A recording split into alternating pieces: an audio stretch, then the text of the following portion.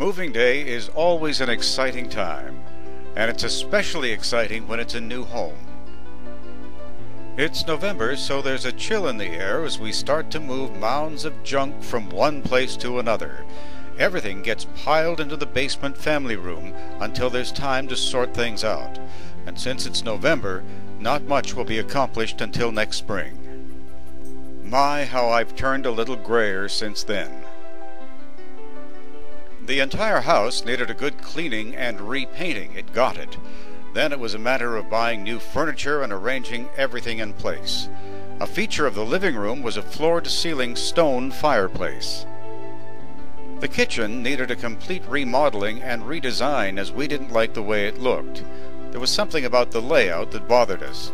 Cutting a pass-through between the kitchen and the dining room created a more open space and also allowed us to talk with guests while dinner was being prepared. Here's a look at our redesign of the kitchen.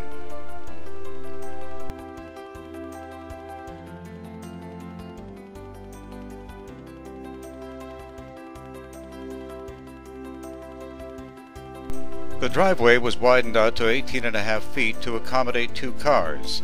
Soil removed from the driveway was taken to the rear of the property 1 wheelbarrow at a time to level out a severe slope at the very rear of the property. Stone retaining walls were created at the head of the driveway as well as both sides. The front of the house needed a lot of work. We widened the steps to 8 feet wide up the embankment and created a large cement patio at the front entrance. We also created a poured cement walkway around the house to the rear of the property. Here are the workmen pouring the cement. Once that was done, it became a matter of paving the driveway. As you can see, there was plenty of dust in the air.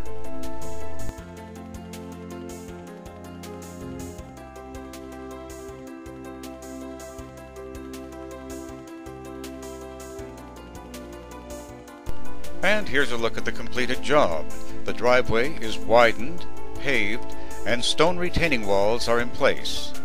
There are also wide front steps up the embankment and a large patio in front of the front door, and a poured cement walkway that runs from in front of the house to the side and to the rear. Note that the house still requires painting. This will require some thought. We have yet to decide on a color. Also, there's a need for a new front door, and hedges across the front of the property will have to be removed. All of that still to come. We wanted a place to sit outdoors until a proper patio could be put in place, so we put down a few precast cement tiles under the shade of a jack pine tree. The next couple of photos will show the earth that was wheelbarrowed from the widening of the driveway to build up the rear of the property. To hold everything in place, we built a retaining wall out of cement blocks that were set on a weeping bed of crushed stone to take up the excess water runoff. On top of the cement blocks were railway ties, which were held together by drilling holes in the wood and inserting rebar. Enough of a slope was left so there would be an adequate runoff. Now we were ready to begin work on the 18 by 24 foot cedar deck at the rear corner of the lot. To make sure everything was solid, we drilled 12 4-foot holes in the earth and inserted sonotubes which were filled with cement. Saddle clamps were placed in the cement to mount the deck on. As work proceeded on the deck, we shifted the patio tiles from under the jack pine to create a patio at the rear of the property. The deck is now built and the patio blocks are in place for the patio. All of this required the help of a couple of good friends. Here we are taking a beer break. The next step was to create decorative gardens around the front of the deck and at the front and the rear of the patio. What you see in the foreground is a 20 by 20 vegetable garden. This will undergo some sculpting later on. Here's a view from the deck to the rear of the house. That's my cousin doing some sweeping off after the work is done. The appearance of the vegetable garden was changed from being square to a more rounded look for eye appeal.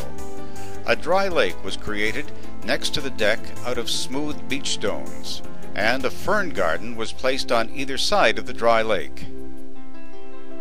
The floor of the patio is now complete, and we have started to create perennial gardens on either side of the patio. We have finally decided on a color combination, and a professional painter has been hired. Work is underway. A new front door has been purchased but has yet to be installed. That will be done the next day. Here's a look from across the street. And here's the finished product. Our stonemason and handyman John then removed a line of cedars from the front of the house that were blocking view.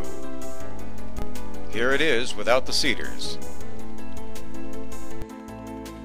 This photo shows steps at the front of the house to the entry patio above. We also added a new front door. John's next task was to create steps up from the driveway to the side of the house and to lay down double-width patio stones to create a walkway. And unfortunately, that is the end of part 1 of our home upgrade story.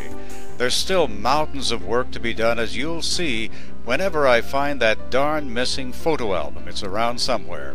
Thanks for viewing.